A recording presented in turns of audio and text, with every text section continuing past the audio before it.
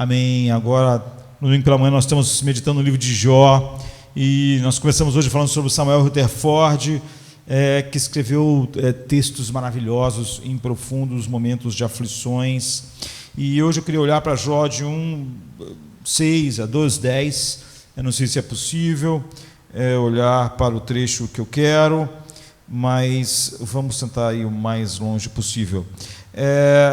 Quando nós vamos para o livro de Jó, nós percebemos que a glória de Deus é clara, a mensagem do livro para nós, que a glória de Deus é muito mais importante do que o nosso conforto.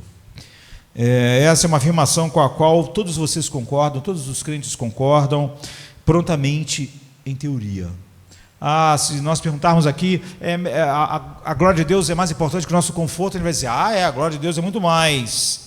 Há uma oração puritana que começa assim: Senhor de todo ser, há uma coisa que merece meu maior cuidado, que desperta meus desejos ardentes, ou seja, que eu possa responder ao grande fim pelo qual eu fui criado, que é glorificar a Ti, que me deste a existência. Essa é uma oração fina, é uma oração nobre, mas tem consequências impressionantes, das quais, na maioria das vezes, nós queremos evitar. Nós costumamos dizer, faça o que tu quiseres, para a tua maior glória, mas estamos, muitas das vezes, esperando que isso não cause nenhuma dor e aflição. Quando Jesus disse, faça a tua vontade, Pai, e o Pai disse, eu quero que você tome o cálice, ele diz, glorifica o seu nome. Então é claro que dizemos que nada pode ser mais importante que a glória de Deus. Dificilmente você vai encontrar alguém em nosso meio que diga, não, eu acho que há muitas coisas mais importantes que a glória de Deus.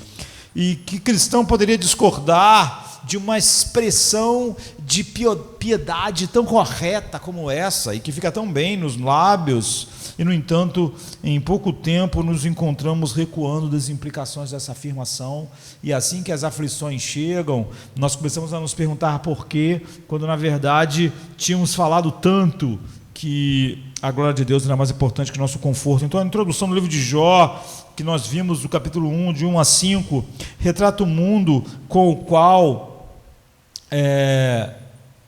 parece o mundo da Disney. É um mundo em que as pessoas certas se destacam, as pessoas certas estão sendo abençoadas, as pessoas certas estão no governo, as pessoas certas estão ganhando dinheiro, as pessoas certas estão vivendo uma vida de saúde, estamos prontos, por assim dizer, e voltar para casas felizes, sabendo que tudo está funcionando como deveria. Quem deveria estar no comando? Um homem como Jó. Quem devia ser o comerciante mais importante e mais rico do Oriente lá? Ele. Quem devia ter saúde e uma família grande e maravilhosa? Jó. Ele é uma pessoa maravilhosa, ele é uma pessoa temente a Deus. Então, mas a ação começa com o livro de Jó, quando está assim no seu começo, antes de começar a parte poética, que nós vamos gastar tanto tempo, começa com ação. Eu diria que parece um pouco um filme que sai de uma situação para outra rapidamente, de uma cena para outra, em lugares totalmente distintos, e você entende o filme por causa dessas situações distintas, mas as pessoas que estão vivendo as cenas, a pessoa que está vivendo a cena, uma das cenas, ele não tem as informações que nós temos. Então a história é contada de forma brilhante, como só um grande escritor poderia fazer, pois algumas linhas bem escolhidas na página evocam mundos inteiros. Troca de mundo quando troca de cena. Então nesse drama a gente vai ver que é necessário que seja publicamente visto no mundo de Deus esse grande homem, que é grande por ser bom do ponto de vista horizontal, do ponto de vista vertical, todos os homens são indignos diante de Deus, e continuará sendo assim quando deixar de ser esse grande cara. Ele é um grande cara. Por fim, no maior cumprimento da história de Jó, a gente precisa ver um homem que não considera a igualdade com Deus como algo a se apegar, mas que nada faz a não ser para a glória de Deus. Jó está apontando para alguém que, muito mais do que Jó, eu e vocês, abraçou o fato de que a glória de Deus é infinitamente mais importante do que o nosso conforto e o nosso sofrimento. Como Paulo diz em Filipenses 2,6, que sendo em forma de Deus, não teve por usurpação ser igual a Deus, mas esvaziou-se a si mesmo, tomando a forma de servo, fazendo-se semelhante aos homens, e achando-se na forma de homem, humilhou-se a si mesmo, sendo obediente até a morte e morte de cruz. Não havia nada para Jesus ganhar neste mundo, a não ser dores e aflições. Ele era o Rei da Glória, Ele é o Deus eterno. É óbvio que a glória de Deus ia colocar Ele numa situação totalmente horrível, não é? E então você começa esse grande drama desse grande livro, com essas cenas que ficam mudando de um lugar para o outro. Assim, a introdução é atemporal, porque descreve quem era Jó e o que ele habitualmente fazia. A gente viu isso no início, mas de repente nós saímos daquele mundo que estava sendo descrito, e no versículo 6 diz: houve um dia. E que dia, queridos? Esse dia vai dar forma a toda a história. Nesse dia em particular aconteceu algo no céu que mudaria a vida de Jó para sempre. Aconteceu algo no céu que mudaria todo o curso da vida dele de uma maneira incrível. É muito bom nós sempre pensarmos que as coisas que acontecem conosco aqui não começaram exatamente aqui, e nem tem um propósito que comece ou termine aqui. Seria tão mais fácil para nós se nós percebêssemos sempre esse mundo macro, não é? Em vez de ficarmos ali em volta do nosso umbigo nas situações da vida. Nesse dia em particular aconteceu algo no céu que mudaria a vida dele. O dia começou do que parece ter sido uma rotina. Os filhos de Deus vieram se apresentar diante do Senhor. A expressão filho de Deus aqui fala de seres cuja existência é derivada de Deus. Não fala de filho de Deus como o filho unigênito de Deus, nem de filho de Deus como nós somos filhos de Deus, por sermos adotados em Jesus Cristo. Então a expressão literalmente traduzida como filho de Deus, por várias versões, é frequentemente traduzida por anjos. E nós encontramos novamente no Salmo 29, que diz: atribuir ao Senhor, ó filhos de Deus. E eles formam entre aspas, conselho divino, ou gabinete celestial, e vemos referência a isso no Salmo 82, no Salmo 89, e Deus tomou lugar nesse conselho, no meio dos deuses, entre aspas, não é? Ele possui julgamento, e é por isso que o Salmo diz: eu disse, vocês são deuses, filhos do Altíssimo, todos vocês, no Salmo 82, 1 e 6. Pois quem nos céus pode ser comparado ao Senhor? Quem entre os filhos de Deus é como o Senhor? De novo aqui, algumas traduções vão traduzir para anjos, porque é o que é, e um Deus a ser grandemente temido no conselho dos santos. E é impressionante, acima de tudo, os que estão ao redor dele, assim, como está no Salmo 89, 6 e 7. Então, como membros, eu diria do conselho com o qual Deus está dirigindo a história,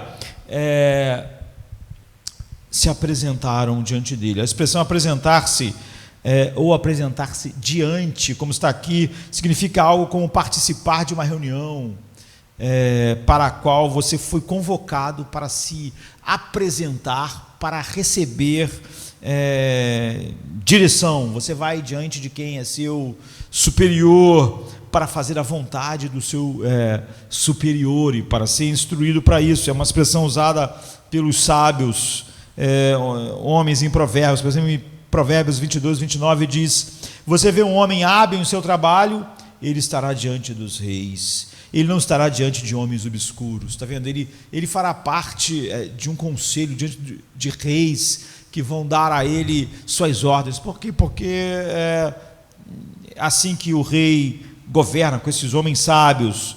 Ou seja, está falando de um funcionário como Daniel, um funcionário público sênior, ou um ministro do governo como Daniel, que acabou sendo governador de todas as províncias do Império Romano, do Império Babilônico, e não apenas um conselho local.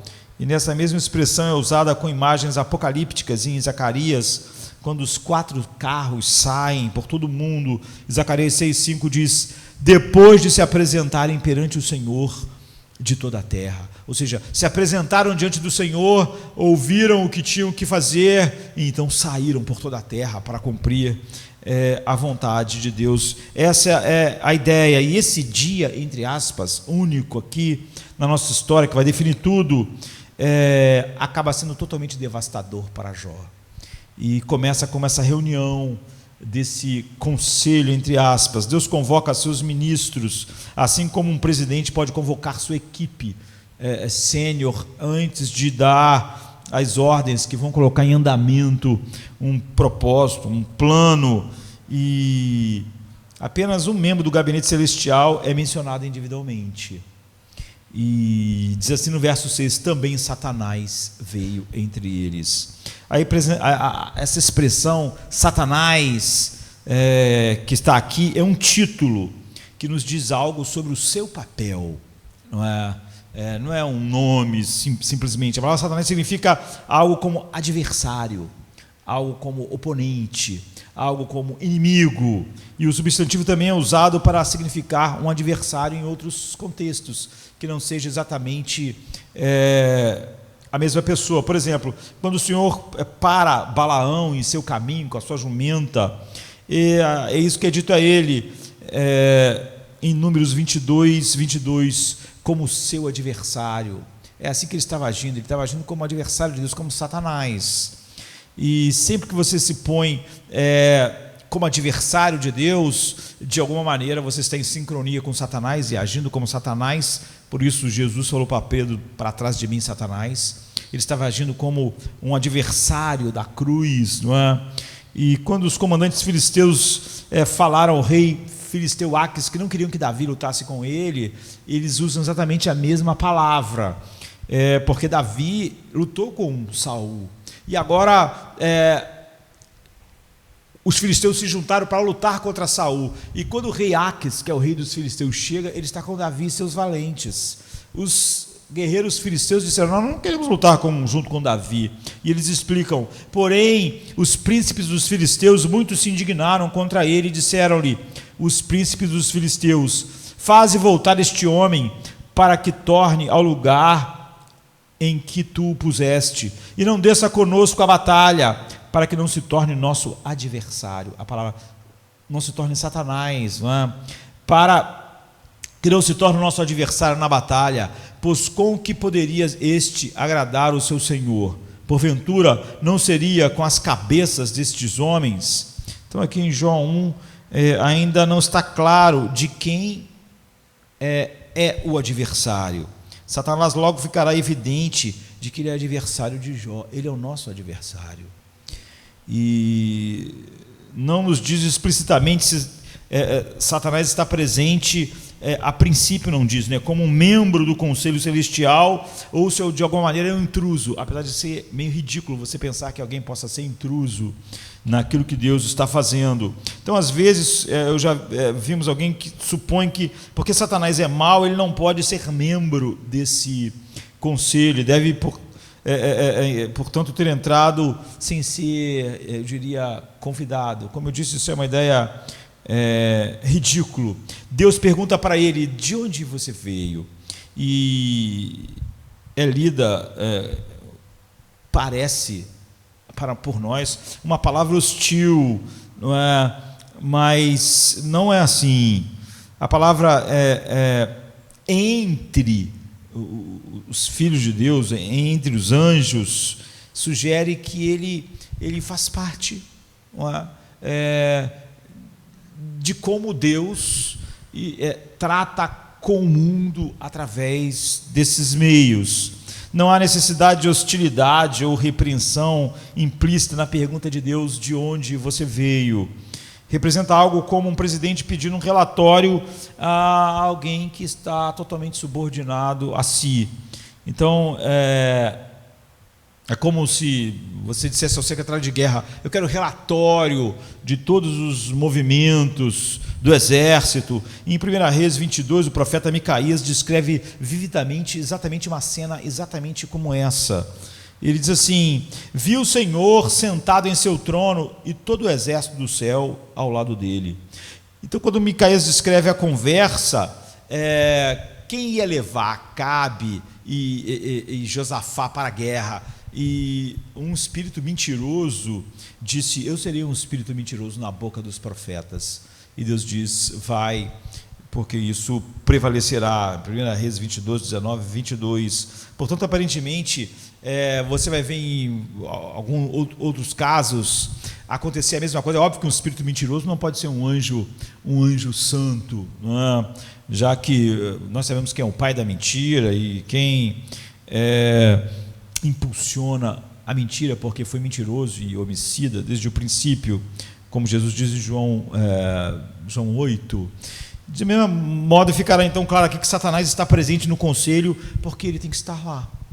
E sua presença foi descrita como sendo análoga à expressão no governo britânico. O governo britânico, antigamente, quando era a época simplesmente da monarquia que realmente governava, tinha uma figura chamada, aqui a gente não tem a mesma coisa, mas lá tinha uma figura chamada leal oposição da sua majestade. Eles pegavam alguém que era opositor da majestade, das ideias do rei, e era contra, e eles colocavam no gabinete real da Inglaterra. Por quê? Porque eles queriam ter uma palavra de alguém que era contra tudo, que era sempre do contra, porque senão o rei ia ficar sem uma reflexão. Há uma tendência em todo mundo concordar com o rei dá uma ideia, e quase sempre as pessoas: isso é maravilhoso, e o rei não queria ter um conselho de pessoas que só falassem: isso é muito bom. Então, existia essa posição, leal oposição à sua majestade, e ele ia se opor ao governo, mas ele ia fazer de uma maneira clara, sem ser por trás, e na observância final inquestionável da coroa. Ele ia poder colocar contra o que o rei falasse, mas ele estava sob a autoridade do rei. O rei ia dizer, não, ia acontecer como o rei queria, e ele não ia se insurgir nunca contra o que o rei queria. A sua oposição era uma parte necessária e boa da governança britânica. Os reis britânicos achavam que era importante ter alguém que sempre seria do contra ali no meio do seu gabinete. Do mesmo modo, Satanás se oporá a Jó e, no entanto, o fará de uma maneira que estranha e, paradoxalmente, será vista como servindo ao propósito do Senhor, ainda que todas as intenções de Satanás sejam só diabólicas mesmo, sejam mais. Ele não queira, ele é um opositor, como no caso da coroa britânica, ele não quer o bem do rei, nem de Jó, ele só está sendo realmente o diabo. E apesar disso, como Lutero disse, o diabo é apenas o diabo de Deus. Nesses textos isso fica bem claro. Então, como o mundo é governado? Essa descrição do Senhor e dos filhos de Deus nos dá uma importante visão da maneira como Deus governa o mundo. A visão que nós temos aqui é de Deus sentado num conselho e no meio do conselho celestial, e isso é óbvio uma linguagem antropomórfica. Deus não está sentado no meio do conselho como os reis, porque Deus não senta, Deus não tem um corpo físico, Deus não se senta literalmente à frente dos anjos, e assim como Ele não tem mãos, e não tem pés, e não tem boca, como nós, sempre que essas expressões estão sendo usadas de maneira antropomórficas, e esse tipo de linguagem é usada porque nós podemos entender.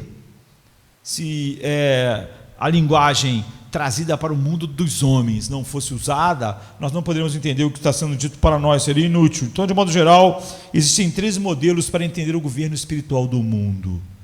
E o primeiro é o politeísmo, o animismo, onde há vários deuses, eles têm poderes diferentes, uns são os mais poderosos, outros menos, mas muitos se opõem com poderes iguais. Então a história sempre é um caos, porque esses deuses, nenhum deles é perfeito, e todos eles tinham todo tipo de defeito, caprichos, e esse era o mundo do paganismo. Não existe um Deus ou deusa absoluto, e embora alguns sejam geralmente mais poderosos que os outros, sempre há uma guerra sem fim entre os deuses, que se reflete, segundo a visão paganista, no mundo dos homens. O resultado, então, é o quê? Um universo cheio de ansiedade. Até os deuses estão cheios de ansiedade, guerra, sem paz. E essas divindades, então, precisam ser o quê? Apaziguadas, porque elas são caprichosas, elas cometem todo tipo de pecado, elas têm orgulho, elas têm todo esse tipo de coisas.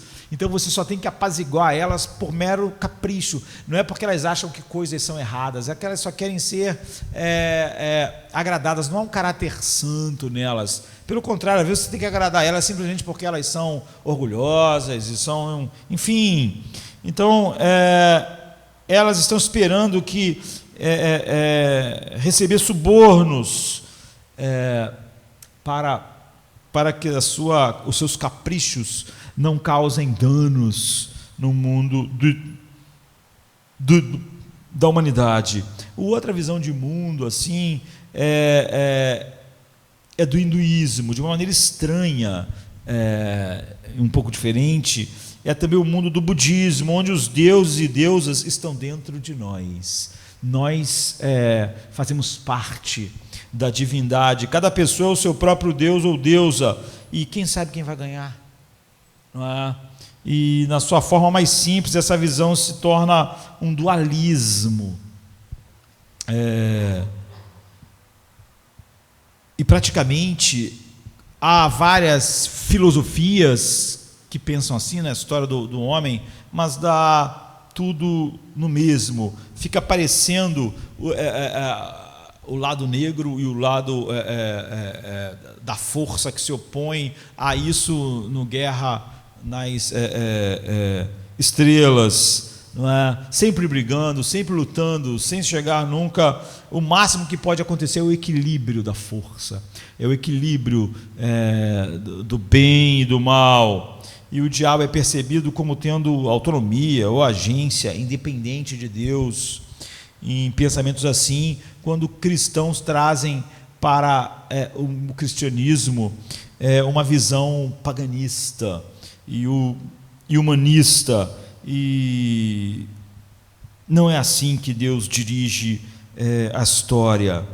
E há uma outra maneira de se ver isso. O segundo tipo é o monismo absoluto, no qual o mundo é governado absolutamente e simplesmente por Deus. Você vai ver que o mundo é governado absolutamente por Deus, mas porque não é assim como no monismo absoluto. Esse Deus diz fim da história. Ele não trabalha através de meio algum. Acima do universo visível e material existe um e apenas um poder sobrenatural, absoluto, criador de todas as coisas. E esse modelo, na base da objeção clássica à bondade de Deus, se estabelece assim: se Deus é Deus e Ele não é bom, se Deus é bom, Ele não é Deus. Pelo que nós podemos ver, o modelo do Islã é assim. E muitos cristãos pensam que esse é o modelo bíblico, mas não é. O povo cristão deve se virar tanto para longe dos deuses do dualismo como do monismo, porque não faz justiça ao que a Bíblia diz. A Bíblia retrata para nós um mundo que se encontra sob a absoluta soberania e supremacia de Deus em todas as coisas, que não tem rivais, que não tem adversários, que não tem nada e nem nenhum poder que possa se levantar contra ele, de modo que não há nenhum outro Deus. E, no entanto, ele não governa o mundo como o único poder sobrenatural. Há outros poderes sobrenaturais sobre este mundo. Ele governa o mundo por meio e através de uma multiplicidade de poderes sobrenaturais, e alguns são bons e alguns são maus. O fato de haver poderes sobrenaturais maus não está afetando em nada o governo de Deus, porque ele governa o mundo por meio de um e de outro.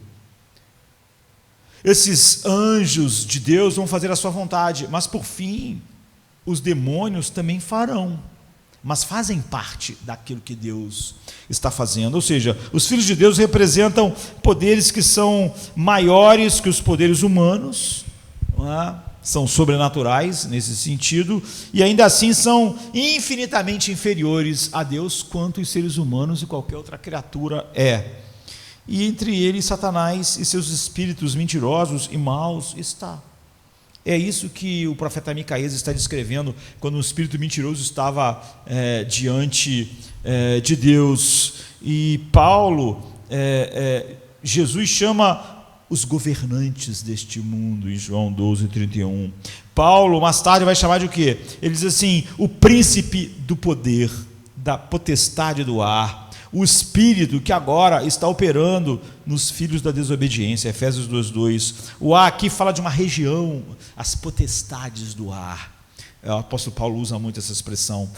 Está falando de uma região que nem é a nossa, o mundo que a gente vive, o mundo natural, não é nosso,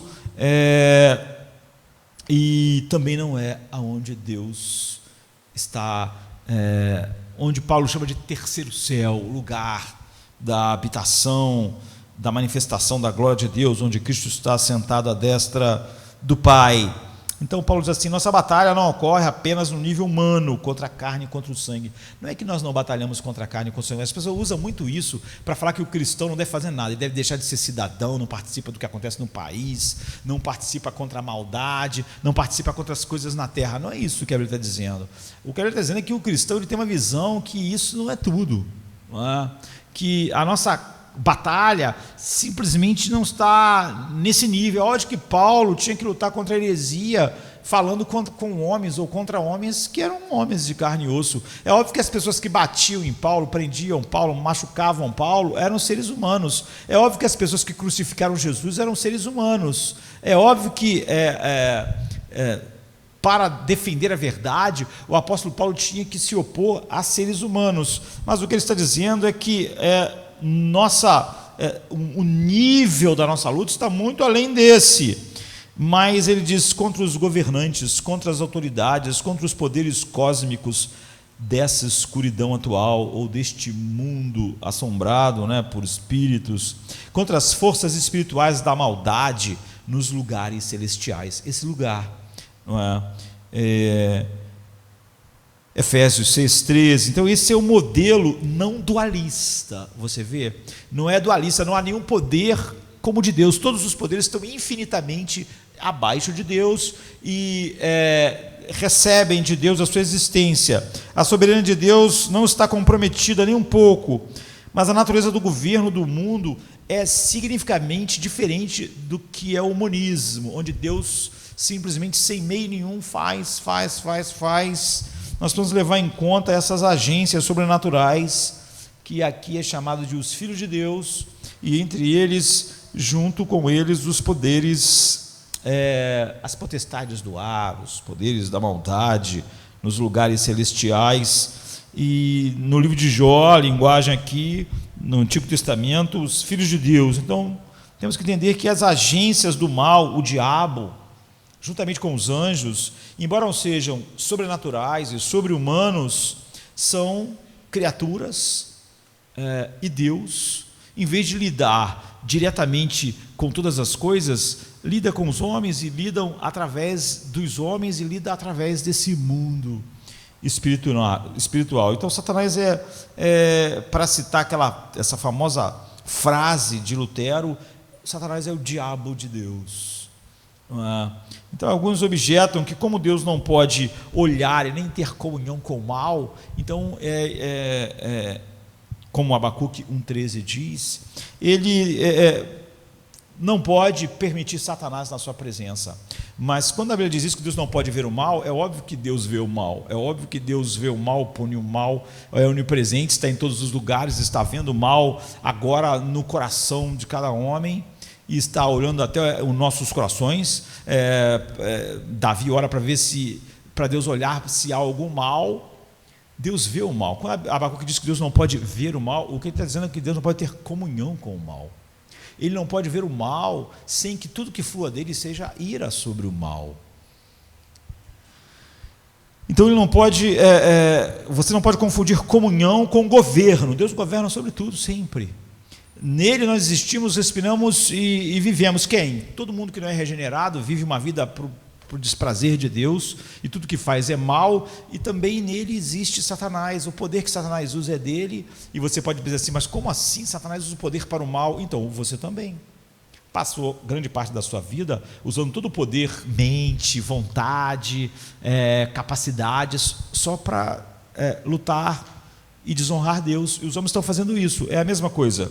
Então Deus não pode ter comunhão com o mal. Por quê? Porque Deus é luz, e nele não há treva alguma, não há nada nele que possa se encaixar e ter qualquer tipo de comunhão com qualquer coisa que não seja luz. Então 1 João 5, 6, 1, 5 e 6 falam sobre isso. Mas ele pode usar o mal, e ele governa sobre o mal tanto quanto governa sobre qualquer coisa.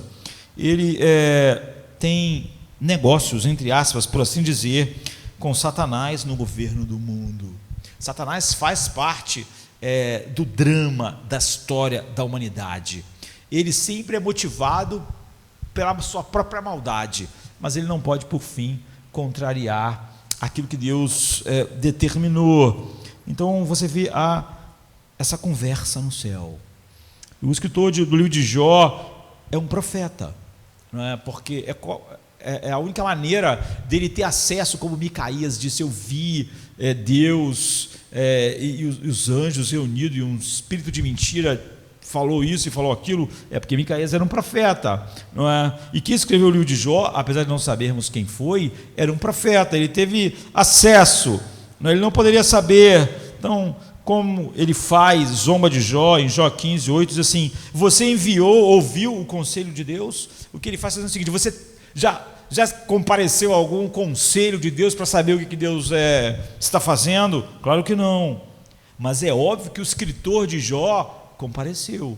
O escritor de Jó teve acesso a algo que está totalmente fora do domínio do homem. Então, em pergunta introdutória, Satanás responde, quando é perguntado de onde ele veio, de um lado para o outro na terra, e de subir e descer dela. Verso 7, isso pode parecer evasivo, isso parece para mim, a princípio, quando você olha assim, descuidadamente, quando um adolescente responde para o pai e a mãe que perguntam, onde é que você estava o dia todo? O que você estava fazendo? Eu estava fazendo umas coisas aí. Na verdade, ele não quer dizer, é que o adolescente rebelde lá não queria dizer com as palavras, não é da sua conta. Então ele diz, eu estava fazendo uns negócios. E, no entanto, a expressão indo e vindo aqui sugere um propósito específico. Não é esse tipo de resposta que o diabo está dando. O que esse objetivo vai se tornar aparente no drama da história. Satanás tem um trabalho a fazer. E ele tem feito, e ele está fazendo agora. Mesmo que pareça relutar aos nossos olhos, divulgar. E a sua tarefa fica bem clara com a próxima pergunta de Deus. Você considerou, literalmente está escrito, você pôs seu coração sobre meu servo Jó, que não há ninguém como ele na terra, um homem irrepreensível e honesto, que teme a Deus e se afasta do mal. Então, isso implica que uma das coisas que é o trabalho, eu diria, de Satanás, como oposição submissa a Deus, como oposição, como aquela oposição que era, na verdade, submissa à coroa britânica, dos trabalhos de Satanás é procurar homens e mulheres para ver se há alguma coisa genuinamente piedosa em você. Ou seja, Satanás está sempre prestando atenção se o que você canta é verdade, se o que você diz é verdade, se o que você fala é verdade. ele tem um interesse muito especial em saber se o que você faz é genuíno, se o que você faz e o que você fala sobre Deus, sobre Jesus, sobre o seu valor, sobre a sua importância, se é verdade mesmo.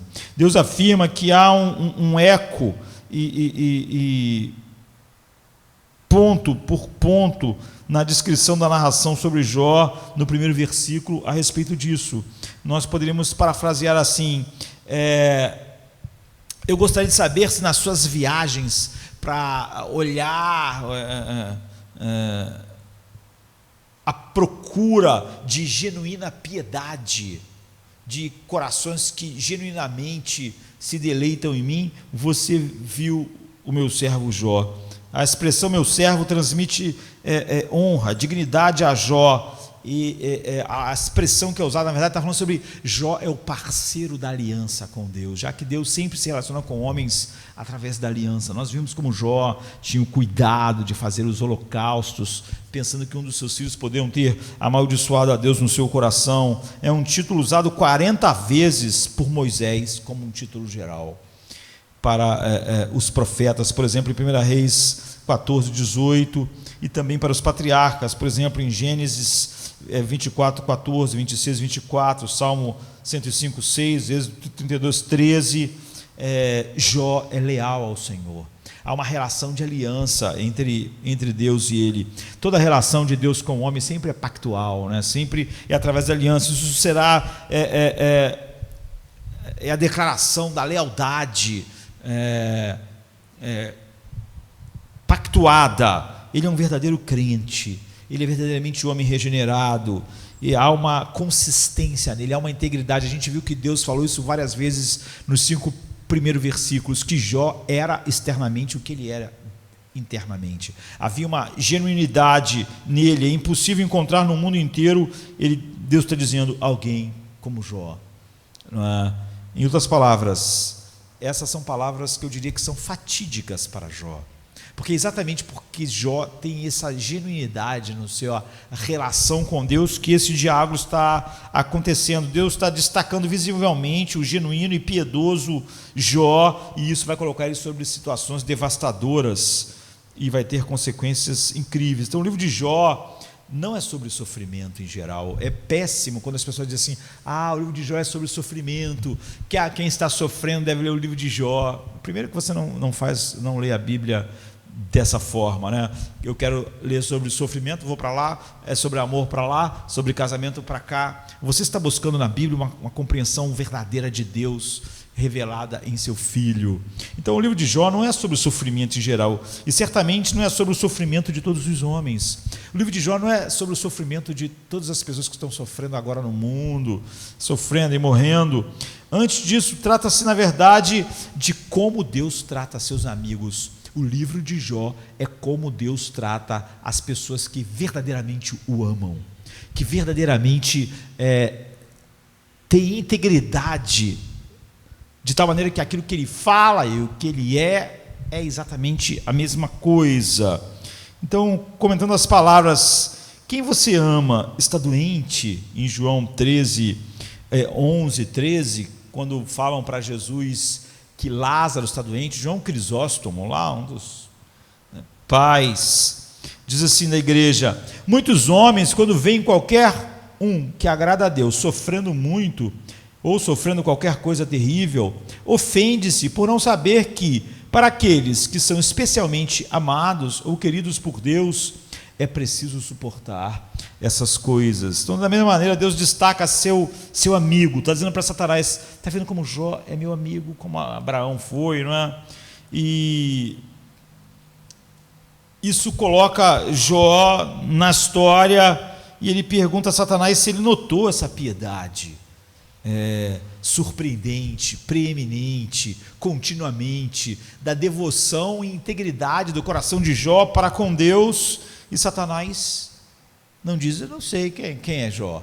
Isso mostra que Satanás está sempre atento àqueles que são amigos de Deus, porque essa, você vê, é uma das coisas que Satanás faz todo dia, não é? Olhar a genuinidade daquilo que a gente diz ter em nossos corações por Deus. Óbvio, nós falamos sobre Satanás através de todas as potestades e principados dos quais ele é o que, enfim, está acima, mas isso também faz parte do seu papel dado por Deus para governar o mundo. Não é uma coisa que ele faz a despeito de Deus. Ele faz isso, ele está sempre atento à sua genuinidade, à minha, Satanás, e Deus governa o mundo através disso. Isso faz parte. Satanás coloca uma interpretação diferente da piedade de Jó. Deus diz: está vendo como é genuíno, está vendo, mas Satanás tem uma outra interpretação disso. Ele diz assim no versículo 9: Jó teme a Deus sem motivo. Ou você podia traduzir assim: Jó já temeu a Deus sem motivo. Ele não tem motivo para ser assim, implicando que Jó temia a Deus na última vez que ele viu. Eu vi, eu fui, eu sondei, e ele realmente é assim, mas ele não tem nenhum motivo para ser assim. Ele admite que Jó se parece com alguém que realmente teme a Deus, ama a Deus, e ele tem que admitir isso, mas a questão que é proposta é: por que ele te ama? E é porque tu és Deus? É porque Deus é digno de adoração e obediência amorosa? Ou existe outra intenção no coração de Jó? Ou seja, isso mostra como Satanás está interessado, como também é verdade, Deus está nas intenções daquilo que a gente faz, nas intenções por trás. Então o melhor servo de Deus o serve por consciência da sua grandeza ou por comodidade? Essa é a questão de Satanás. Satanás sugere que isso é apenas conveniência. Ele diz assim: você não colocou uma cerca em volta dele, da sua casa e de tudo que ele tem, de todos os lados? Verso 10. Fora da pele humana de Jó, Satanás está dizendo: parece que existe uma outra pele muito grossa, para que não proteja apenas o corpo dele, mas a família dele está protegida. O dinheiro dele está protegido, os seus bens estão protegidos, ele está mantido sob segurança. Você o abençoou, você abençoou o trabalho das suas mãos, você abençoou a sua família, você lhe deu muitos filhos, ele aumentou a sua riqueza. Aqui está uma proteção que se expande à medida que Jó vai crescendo cada vez mais e mais e mais. E Satanás insinua que a prosperidade de Jó é a única causa da sua piedade. Ele é piedoso porque tudo está bem com ele, porque ele tem uma vida boa. Claro que ele é piedoso, Satanás não discorda, mas Satanás diz em sua essência: eu não posso negar isso, mas eu vejo ele na igreja todo domingo e na reunião de oração, ele é ativo, ele em casa realmente procede da maneira correta, sua piedade é incontestável. Eu não vou contestar a piedade de Jó, mas qual é o motivo dela? E a resposta: Jó descobriu o evangelho da prosperidade, é isso? Tudo na vida dele funciona bem, todas as coisas estão de acordo com o que ele espera, ele e a esposa têm uma vida ótima, eles terão um ótimo sexo, a esposa dele terá filhos, seus filhos serão saudáveis, seus filhos são bem-sucedidos, o seu saldo bancário cresce. Quem não seria piedoso se todas essas cercas estão em volta dele? É por isso que ele é piedoso não porque tu és lindo, maravilhoso, belo para o coração dele. Ele é piedoso porque, não porque tu és digno de adoração e louvor, mas porque tu cercou ele com essa cerca que protege ele. Assim Satanás continua, queridos, e diz assim no versículo 11: mas estenda a mão e toque tudo que ele tem, e ele vai te amaldiçoar. Você vê que essa palavra amaldiçoar Deus está ali no coração de Jó, porque Jó temia que os filhos dele amaldiçoassem Deus no seu coração. Isso é que nós vimos nos primeiros 5 versículos. Jó disse: eu temo que eles amaldiçoem Deus em seus corações. Então Jó fazia aquele holocausto para cada filho, e quando Deus estende a mão, ele age na história humana. Então é por isso que diz assim: mas estenda a mão e toque o que ele tem, e ele te amaldiçoará. Você vê, estende a tua mão. Como nós sabemos, Deus não tem mão para estender. Não é? Mas sempre que Deus toca na sua vida, na história do homem, ou na história individual nossa, é usada essa descrição antropomórfica de Deus estendendo a sua mão. Quando Deus estende a mão, ele age na história humana. Tocar aqui significa a palavra que fala ferir, fala bater agressivamente. Faça isso, Satanás diz com sua malícia. A lógica de Satanás, eu diria que é impecável. Como nós podemos saber se Jó é piedoso de verdade?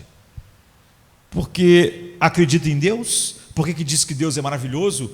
Como é que alguém pode saber que você acha realmente que Jesus é o seu tesouro? Jó vai dizer assim: tire dele as coisas que ele acha que é o tesouro. Essa pessoa está dizendo aí que Jesus é a coisa mais importante. Tire a saúde dela, coloque ela sem as circunstâncias. Vamos ver se ele realmente tem um tesouro, que todas essas coisas não fazem parte do seu tesouro, por isso o seu coração não está nessas coisas. Então a lógica de Satanás é impecável, e é a única maneira que nós podemos saber, porque como nós podemos acreditar na piedade dele? Sua genuinidade e a piedade genuína leva ele à prosperidade, então isso tende a empurrar ele para mais essa atitude. Nós precisamos descobrir de Satanás, e a honra de Deus depende disso. E a única maneira de descobrir é tirar a prosperidade do Jó.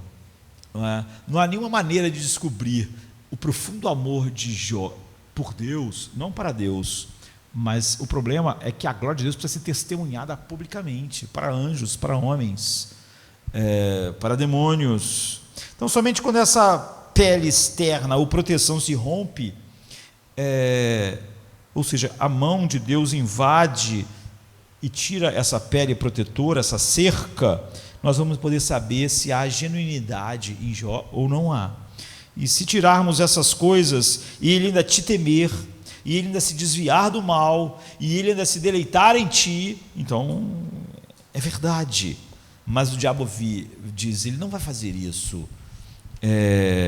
Ele vai te amaldiçoar na sua cara, na sua face, é o que diz, direta e descaradamente. E agora, embora os motivos de Satanás sejam 100% agressivos, ele está sendo 100% maligno, naquilo que o impulsiona, malicioso. O argumento dele não está errado. Se a minha devoção e a tua depende de alguma coisa nas nossas vidas funcionando, ela não é uma devoção a Deus. Satanás é mau, mas ele não é incoerente. Satanás é malicioso, mas ele está dizendo, se a essa pessoa não te louva genuinamente, que valor tem? Então, David Klein apontou perceptivamente que o inverso também é verdadeiro, e é verdade. E diz assim, se um homem pobre fosse piedoso, talvez fosse necessário enriquecê-lo para ter certeza de que ele é piedoso de verdade. Óbvio, o diabo faz o mesmo de maneira oposta. Uma pessoa não tem dinheiro, não tem nada, e Satanás diz, e serve a Deus. Satanás diz, dá dinheiro a ela. O que ela vai fazer com o dinheiro? Como é que a vida dela vai ser? Vai ser piedosa? Vai continuar comprometido contigo? Ou vai começar a viver uma vida que vai dar a ela possibilidades de viajar, de gastar, de desenvolver um senso de importância por causa do dinheiro? Você vê, o diabo tem o mesmo argumento na situação oposta. Esse homem é pobre e te serve, dá ele dinheiro para ver se com dinheiro e as possibilidades que o dinheiro está e as tentações, se ele vai continuar sendo a mesma pessoa. Ele é fiel com esse pouquinho, dá ele muito, para ver se com muito ele vai deixar o dinheiro capturar o seu coração ou não. E é verdade. Então você vê que Satanás sempre vai ter esse argumento sobre a genuinidade daquilo que está no nosso coração. E Satanás não está intimidando Deus aqui, nem está oferecendo a ele uma aposta casual. Não é uma questão de aposta, sabe? Como muitas vezes as pessoas veem isso. Como se o sofrimento de Jó fosse apenas um elemento de barganha. Vamos apostar se ele é ou não é alguma coisa, e Deus e Satanás estão fazendo isso. Não. Satanás, apesar de toda a sua malícia está fazendo algo necessário para a glória de Deus. Você vê, a malícia de Satanás não pode ir de encontro a algo que, na verdade, vai glorificar mais a Deus. De alguma maneira profunda, é necessário que seja visto publicamente. Isso é fundamental. O Deus sabe exatamente quem são as pessoas genuínas. Mas você vai dizer assim, os anjos estão debruçados olhando o que Deus está fazendo através da igreja. É necessário uma demonstração pública da genuinidade do que acontece em nossas vidas. E Deus é glorificado, Jesus é glorificado quando um mártir morre para glorificá-lo. Se todos os crentes só dissessem que ele é melhor do que a vida, mas ninguém nunca tivesse que realmente derramar a sua vida, isso podia ser só frases de efeito. De alguma maneira profunda, é necessário que seja visto publicamente por todo o universo que Deus é digno de ser adorado só pelo que Ele é. Que Ele é amado por outras pessoas pela sua graça, como Ele é amado pelo seu Filho. Como Ele ama o seu Filho, pelo que é, pela sua beleza. Exatamente a mesma lógica está presente quando Pedro escreve aos cristãos que estão sofrendo, morrendo, sendo mortos. E Pedro diz assim, em 1 Pedro 1, 6 e 7, para a genuína comprovação da sua fé, mais preciosa que o ouro que perece, embora seja provada pelo fogo, possa resultar em louvor e glória e honra na revelação de Jesus Cristo. Vocês são mortos, vocês sofrem, vocês continuam mantendo seus corações alegres em Deus. Então, um dia isso será mostrado, revelada a glória dessa verdadeira genuinidade dos corações dos eleitos a todos os homens. Quando Jesus retorna, o fato de um cristão ter continuado confiando e acreditando, apesar de todas as bênçãos terem sido removidas, e ele ter sofrido todas essas provações, Pedro está dizendo, vai ser um testemunho para o universo inteiro, de que essas pessoas amaram a Deus por Ele ser Deus, se deleitaram na sua beleza, pela sua beleza, e viveram para a sua glória, pela sua glória. E Deus será então louvado.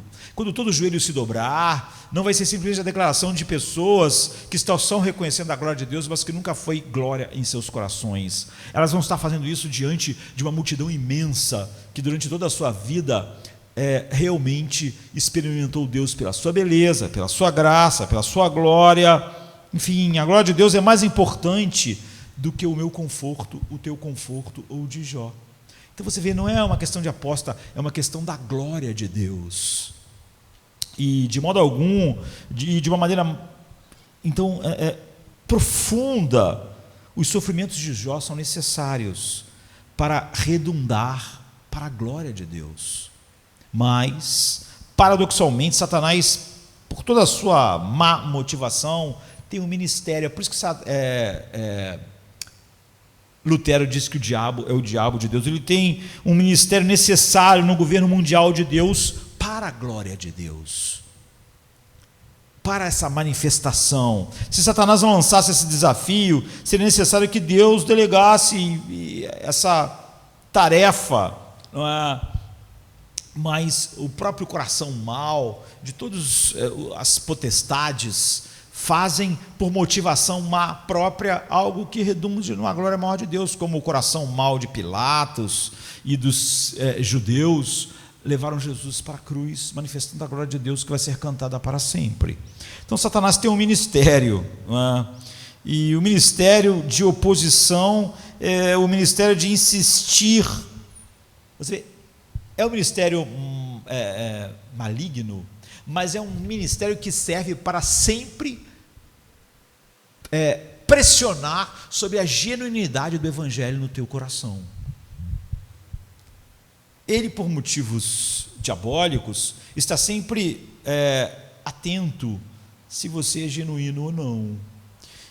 É um ministério hostil, é um ministério malicioso, mas é um ministério necessário para a manifestação da glória de Deus. Você vê, então Deus deu sua terrível instrução a Satanás. Deus diz assim, e o Senhor, o grande eu sou, né, o eu sou, disse a Satanás, eis que tudo o que ele tem está em suas mãos, somente contra ele não estenda a mão. Verso 12, esta instrução não trai a insensibilidade em Deus, nem sangue frio. Na verdade, não podemos dizer que a insistência de Deus em que a pessoa de Jó, já que você vê que quem chamou a atenção para Jó, inicialmente, é Deus, não seja algo prejudicado ao amor de Deus, pois toda aflição de Jó, que trará glória a Deus, é a única coisa que pode realmente ser boa para Jó, porque só a manifestação da glória de Deus vai fazer o coração de Jó feliz por toda a eternidade. Quando Deus manifesta, e ele não podia deixar de manifestar aquilo que tem maior beleza, essa faz parte da justiça essencial, da sua glória, em nada isso não beneficia aqueles que ele deu ao seu filho, porque o que esses vão desfrutar para sempre é a glória de Deus, que é vindicada por ele. Então, a melhor coisa que podia acontecer para Jó era Deus manifestar a sua glória na vida de Jó, porque é essa glória que Jó está desfrutando agora, milhares de anos depois. Então, algo mais profundo está acontecendo aqui. Nós não podemos dizer, como Davi Kleines sugere perversamente, que Deus concede essa permissão porque o próprio Deus, como algumas pessoas pensam quando estamos pensando nas nossas provações, quer conhecer o que o nosso coração tem. Nós temos que traçar uma linha clara no propósito de Deus, no propósito de Satanás e de todos os agentes nisso. Nós não gostamos da ideia de um Deus instruindo Satanás para atacar Jó,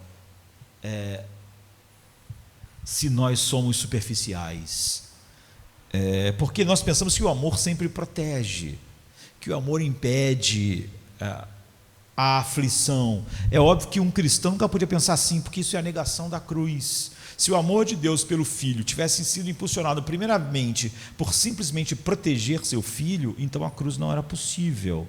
O amor dele se derrama de uma maneira muito mais profunda do que isso.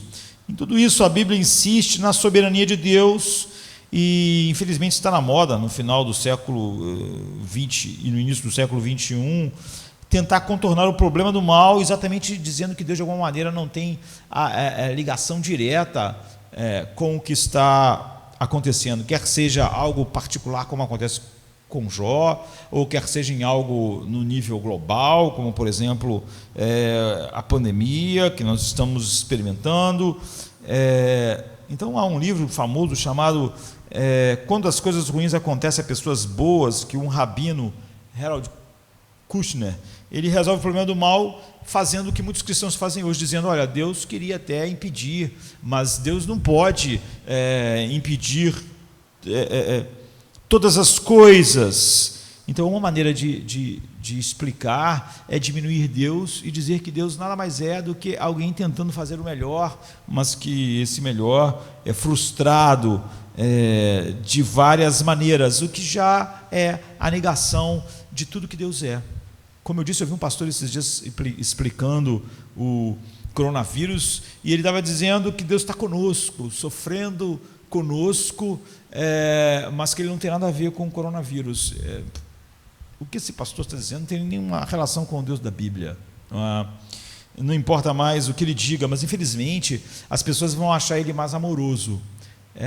Esse é o perigo de nós definirmos o amor e não Deus. A definição de amor desse pastor, por exemplo, não vai se encaixar com a cruz. Vai ter que dizer que Deus não teve nada a ver com a cruz. Era melhor ele deixar de ser pastor e ir buscar outra religião que os seres humanos inventaram, que vai se encaixar com essa descrição de um Deus que não existe. Então a Bíblia não permite a ideia de que Satanás, alguma coisa má, pode tocar num fio de cabelo sem que Deus, de fato, seja a causa última, apesar de ele não ser a causa imediata daquilo. Pode ser, no caso, Satanás, homens que bateram em Paulo, vírus que nos atingem. Por fim, você não tem como tirar Deus disso. E Satanás faz o que lhe é dito. Satanás não faz nem mais, nem menos. Como nem os vírus fazem mais, nem menos. Como nem os homens. Ninguém pôde bater matar Paulo ou bater nele, além do que estava determinado para o melhor, para a maior glória de Deus e maior graça na vida de Paulo. Por isso que Jesus falou várias vezes: não chegou minha hora ainda, vocês querem me matar, mas ainda não chegou a hora. Você vê, havia uma hora, naquela hora, então as coisas iam convergir para o que Deus queria. O que está em jogo aqui, então, o tempo todo, não é Jó, não é eu, não é você, não é Satanás, é a glória de Deus. E por fim, por causa disso, o bem-estar dos eleitos. E o bem-estar do universo depende da glória de Deus. Um universo em que Deus não é glorificado está em desacordo consigo mesmo. Por que o universo não funciona? Porque Deus não é glorificado no nosso mundo, queridos. Por que o universo foi entregue à futilidade? Porque ele foi feito de tal maneira que ou ele glorifica a Deus ou ele é um caos. Por que a sociedade é horrível? Por que ela vai continuar sendo horrível? Porque ela não vive para a glória de Deus. Você vê um universo agora que em tudo não está focado na glória de Deus, é um universo autocontraditório. Um casamento que não está ligado à glória de Deus é um casamento autocontraditório. Uma vida que não é para a glória de Deus é uma vida autocontraditória. Que paz pode haver em algo autocontraditório? Ou seja, algo que eu vivo contrário à essência daquilo que aquilo tem para existir. Então, em última análise, e não imediatamente, o bem-estar de Jó depende da glória de Deus. E a manifestação da glória de Deus está ligada ao sofrimento de Jó. Então você vê, o sofrimento incrível de Jó vai manifestar muito da glória de Deus, mas está realmente criando toda a glória, um peso de glória que Jó está desfrutando hoje. Então, não é que só o sofrimento traz glória a Deus e isso é maravilhoso sozinho. Isso é maravilhoso como algo primordial pelo qual todas as coisas acontecem. Mas a verdade é que toda a glória que Jó vai experimentar para sempre é a glória de Deus. O fato de Deus fazer e Jó experimentar isso para a glória de Deus não está tirando algo bom de Jó, está dando a ele algo bom para sempre, que é a glória de Deus. Então não é egocêntrico de Deus desejar sua própria glória, porque a sua glória é a única coisa que pode realmente ser gozo infinito no coração daqueles que Ele deu ao seu Filho. A glória de Deus vindicada de todas as maneiras, mesmo na vida nossa, que somos regenerados, como Jó, e a glória de Deus manifestada na sua ira, justiça, no inferno, todas essas coisas é a glória que nós vamos desfrutar, ver. É a glória que o Filho vê eternamente, se deleita nela, e que o Pai vê eternamente no Filho, se deleita nele, no Espírito. Portanto, cada uma dessas coisas são para a glória de Deus e para o nosso bem final. São para a glória de Deus e para a nossa alegria final. Cada dor, cada aflição, cada chicotada do apóstolo Paulo e sua morte. Talvez possamos usar uma ilustração trivial para esclarecer isso. Deus, Ele para nós, querer qualquer tipo de glória é megalomania, não é? É inadequado. Para Deus, fazer tudo para a sua glória é só ser justo. Pensem se, uma ilustração inadequada, se alguém sugerir que eu deveria receber o Prêmio Nobel de Química. Se alguém sugere isso, é totalmente inapropriado. Eu não tenho conhecimento em química e nem fiz nada em química para merecer assim. O meu conhecimento de química é pobre. Seria, na verdade, uma desonra oferecer o prêmio para mim.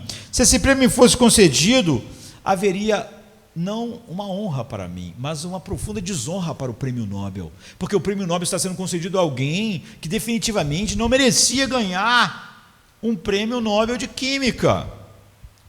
Mas se um químico brilhante que faz um trabalho seminal,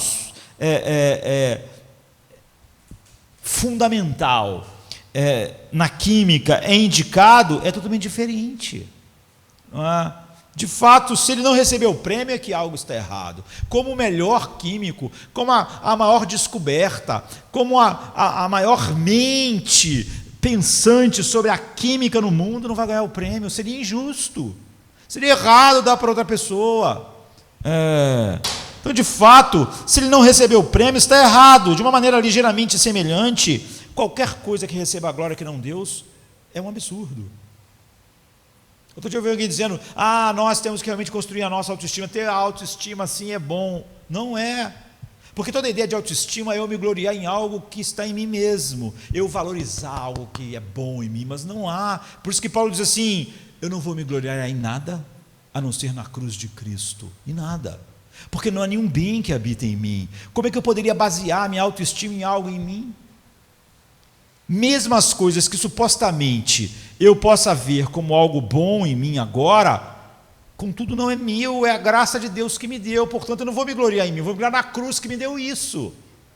Eu vou ter uma identidade que não é frágil, que não que é o que as pessoas estão tentando combater com a ideia da autoestima. Vou ter uma identidade igual ao apóstolo Paulo, mas ela nunca é nada por causa de mim. Ela nunca é alto. Ela nunca é algo porque eu vi algo belo em mim, porque não existe nada bom em mim. Agora, eu tenho uma identidade forte, capaz de enfrentar o mundo, capaz de enfrentar o desprezo do mundo, manter uma altivez bíblica. Tem, por quê? Porque eu me glorio na cruz. E não só, eu não baseei nenhuma ideia de autoestima baseada em qualquer coisa em mim, como o que eu digo é: Deus me livre, Deus me guarde, não é? Longe esteja de mim me gloriar em qualquer coisa em mim mesmo, a não ser na cruz. Eu vou ser forte, porque minha identidade é baseada no que Cristo fez. Não é uma autoestima, é no que Cristo fez, é no que a cruz é. Então, de uma maneira ligeiramente semelhante, o universo deu terrivelmente errado, porque nós temos sido indicados para prêmios nobres, quando na verdade só Deus merece. Não é porque Ele é Deus e mais forte, e a gente tem que dar para o mais forte, mas porque realmente todas as coisas fluem dEle. Mesmo nos homens regenerados, foram regenerados sendo miseráveis, estando mortos, e todas as coisas agora boas neles, é só Deus operando, é o Espírito Santo fazendo o que Jesus comprou pelo decreto do Pai. Então como é que eu poderia receber alguma coisa? Assim, no final da cena, Satanás saiu da presença do Senhor para realizar o seu trabalho terrível, mas estranhamente necessário. Queridos, nada mais maravilhoso do que a genuinidade daquilo que a gente diz sentir por Cristo poder ser sondada. Deus a conhece, mas todo o plano de Deus não é para que ele saiba que Jesus é glorioso, mas é que um dia todos os olhos vejam a glória infinita dele. Todos os corações dos redimidos, e mesmo aqueles que não são, admitam: tudo foi criado por ele, para a glória dele, e Satanás tem um papel fundamental aí. É por isso que Lutero disse que Satanás é o diabo de Deus, porque no fundo todos estão fazendo isso. Essa é a primeira cena. Você vê, é a cena do céu. Esse início, como eu disse, vai mudando de mundos, como se você estivesse num filme. Eu acho o início de Jó muito moderno, parece um diretor ágil que está indo de mundo, para que você consiga capturar a ideia do filme, né, da história. Então você tem a cena 2, e é óbvio que nós não podemos ver, são 4 cenas, não é, hoje, mas a cena 2 volta para a terra, não é? É óbvio que Jó não está vendo o que o profeta que está escrevendo o livro de Jó está colocando para nós. Então sucedeu, a Bíblia diz que um dia que seus filhos e suas filhas comiam e bebiam vinho na casa de seu irmão primogênito, o irmão mais velho, veio um mensageiro de Jó a Jó e lhe disse: os bois lavravam, as jumentas pastavam junto a eles, e deram sobre eles os sabeus e os tomaram, e os seus servos feriram ao fio de espada, e só eu escapei para trazer a boa nova, a nova, que não é boa, né? A segunda cena, a primeira cena é no céu, a segunda cena é aterrorizante, porque você vem do céu para a terra, daquele dia, porque no versículo 6 começa assim: um dia os anjos se apresentaram diante de Deus. Mas no versículo 13 diz a mesma coisa: naquele dia, em outro dia. Isso foi como no dia 11 de setembro, que os aviões bateram na Torre Gêmea. Tudo parecia estar normal. Minutos depois, todo mundo pensa, ninguém nunca imaginou que essas coisas pudessem acontecer. E parece ser uma festa do irmão mais velho, e todos os irmãos estão lá, e Jó não foi, Jó ficou em casa. Jó está em casa tranquilo, enquanto seus filhos estão nesse aniversário, celebrando no seu banquete. E alguém chega e diz para ele assim no versículo 14: os bois estavam arando. Portanto, era um dia normal, não era um dia de feriado, tão parado. Os bois estavam trabalhando no campo, nos múltiplos negócios de Jó. Estava sendo semeado, eles estavam trabalhando no arado, né? E os burros estavam se alimentando, ou seja, os burros carregavam a colheita. Então os burros tinham feito o seu trabalho, um dia normal de trabalho, e levou as coisas para o celeiro. Era apenas um dia normal no outono, quando de repente os sabeus invadindo. Os sabeus são um povo do sudoeste da Arábia, e o versículo 15 diz: caíram sobre eles e os tomaram e derrubaram os servos com o fio da espada. Foi um ataque terrorista, inesperado, violento, repentino, aterrador. Todos os animais ali foram roubados, e todas as pessoas, todos os funcionários de Jó foram assassinados. Era aquilo que Satanás tinha dito: ele tem uma cerca em torno dele, tudo dele está protegido, tire a proteção. Aqui é a primeira coisa: a cerca foi violada, e toda vítima de assalto em sua casa conhece a sensação de ser violado na sua intimidade, no seu lugar seguro. E assim foi com Jó. O mundo que ele achava seguro, de repente, como num ataque terrorista, perdeu a sua pureza, né, inviolável. E cada servo que retornava tinha um final de mensagem sombrio. Além de contar uma desgraça, cada um terminou assim, no versículo 15, no 16, no 17, 19: só eu escapei para contar. Não é só que os animais eram levados, todo mundo estava tomando conta dos animais, era assassinado. E sempre o final da mensagem era esse: só eu escapei para contar o que aconteceu. Vai acontecer assim todas as vezes. É uma mensagem devastadora, mas antes que Jó pudesse esboçar uma reação a isso, chega outra pessoa e diz assim: olha, algo traumatizante no versículo 16: caiu um fogo de Deus caiu do céu e queimou as ovelhas e os servos e os consumiu. Você pode pensar: caramba, o que aconteceu? O fogo de Deus. Agora não apenas os burros e os bois, mas agora as ovelhas e os pastores das ovelhas estão mortos. Dessa vez, você vê, não foi o agente não foi um ser humano, não foi um ser humano, os sabeus, como um ato de terrorismo, mas foi por um terrível ato de Deus. O que aconteceu é que eles costumavam chamar no Velho Testamento relâmpago de um fogo de Deus, o que é bem compreensível, né? Até agora nós poderíamos chamar assim. Então o que aconteceu é o seguinte: houve uma tempestade, formou nuvens de tempestade, e raios caíram, mataram as ovelhas e todos os pastores. E o choque não é diferente do trauma sofrido pelas vítimas, o quê? De um terremoto, de uma tsunami, de uma pandemia, porque é algo natural, algo da natureza, de repente causa um grande dano. E novamente, para enfatizar quão exaustivo foi isso, o verso 16 diz: só eu escapei para lhe contar. Ou seja, a única pessoa que o raio não matou, os raios não mataram, foi esse cara. Mas o trauma não acabou. Enquanto esse mensageiro ainda estava contando, chegou outro. E o terceiro disse: os caldeus, que diferente dos sabeus, os caldeus são nômades do sul da Mesopotâmia. Eles formaram 3 grupos, uma estratégia, pelo que ele está contando aqui, premeditada, de agressão terminal, e fizeram um ataque aos camelos, e os pegaram e derrubaram os servos com o fio da espada, matou todo mundo. Você vê que em cada desgraça não perde só todos os camelos, não, ele tinha milhares de camelos, bois e tudo mais, mas as pessoas também morriam. É uma carnificina, uma quantidade de morte incrível. Primeiro os bois e os burros, com os trabalhadores. Depois as ovelhas e os pastores, com raios.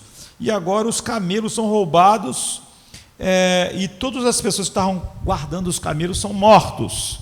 E novamente, enquanto Jó escuta em silêncio, chocado, né? Imagina ganhar todas essas notícias numa bela manhã comum da vida. Você vê que era comum, as pessoas estavam trabalhando normalmente. E, de novo, o versículo 17 continua: só eu escapei para lhe contar. Ou seja, eles mataram todo mundo, mas não me mataram. Por isso que eu estou contando. E então Jó foi à falência. Incrível, numa manhã, o homem mais rico que a Bíblia disse que tinha, perdeu tudo. Sabe, é como desse um crash na bolsa, e de você de milionário ser um miserável num dia só. Não tem mais nada. Foi isso. O maior homem foi esvaziado de toda a sua riqueza num único momento. Mas o pobre Jó nem sequer teve tempo para pensar sobre o que... Porque quando você perde tudo, fica pobre, você não perde as dívidas. Essa é a desgraça, quando você perde todo o seu recurso. Jó não teve nem tempo de pensar: como é que eu vou pagar? Como é que eu vou me acertar com os credores? Não teve tempo. Enquanto ele ouvia essa história,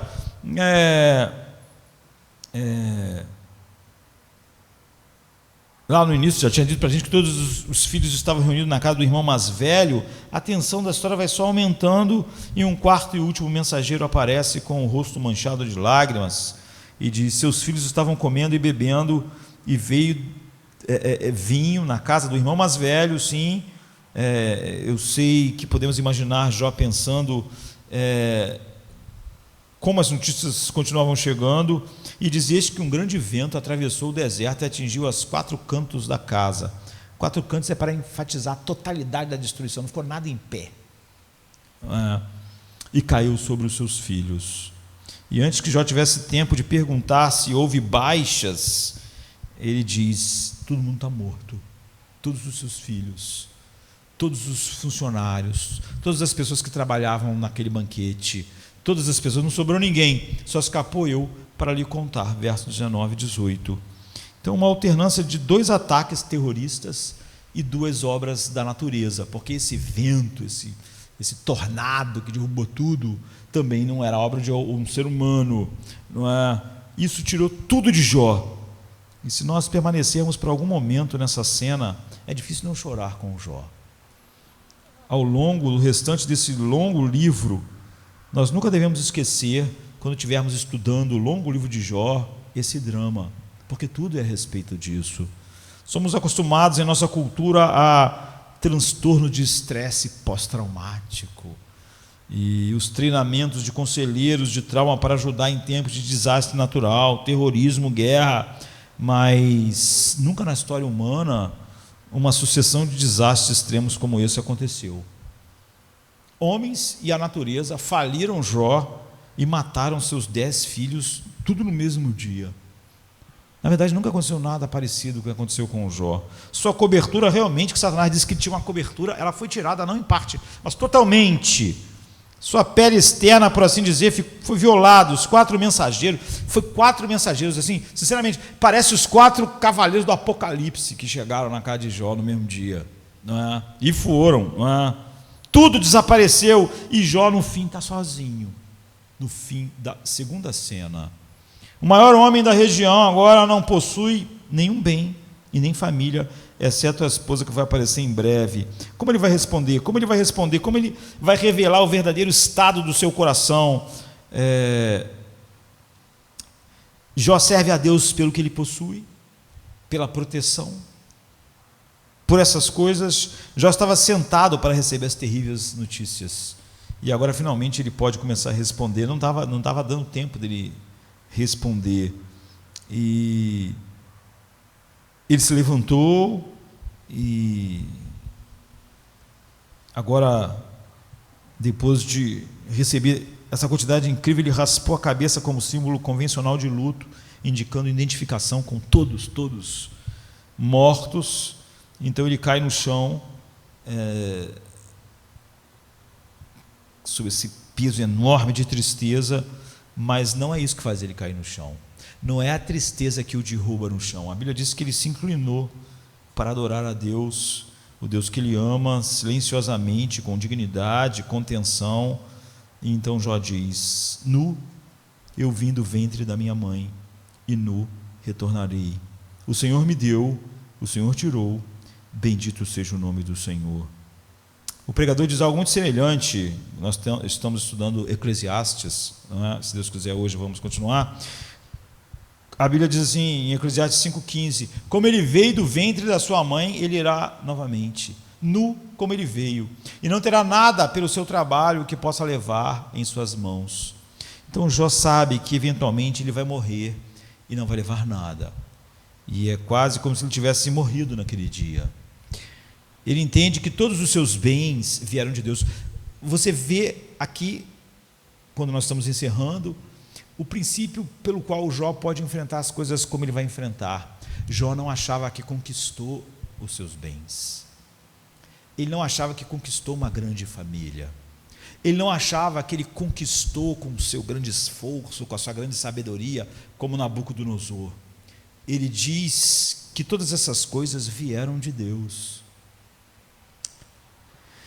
Pela natureza da piedade de Deus, ele dá, e é portanto inteiramente sua prerrogativa tirar o que ele achar melhor. Se o que o homem tem, ele atribui totalmente a Deus, ele atribui a Deus totalmente o direito de tirar. Se ele acha que Deus deu tudo a ele gratuitamente, como Paulo diz: o que tens que não tens recebido? Se realmente nós cremos nisso, como Jó de fato cria, ele, como não conquistou, ele não está se sentindo roubado. Você é roubado das coisas que são tuas porque você mereceu, porque a sua sabedoria, seu estudo, sua capacidade. Jó tinha todas as coisas como recebidas de Deus. Ele deu, então ele pode tirar, porque ele não deu porque eu mereci, ele deu por sua graça, por sua graça. Então Jó bendiz e louva o nome do Senhor. Ele expressa o desejo de que todos os que ouvem sua história, ele diz, abençoem a Deus, ou seja, louvem a Deus, magnifiquem a Deus. Satanás disse que Jó amaldiçoaria a Deus na sua face, e pelo contrário, a resposta dele é: bendito seja o nome do Senhor. Você vê o caminho da glória de Deus. No momento da sua perda, seu primeiro pensamento é sobre quem havia dado a ele aquilo.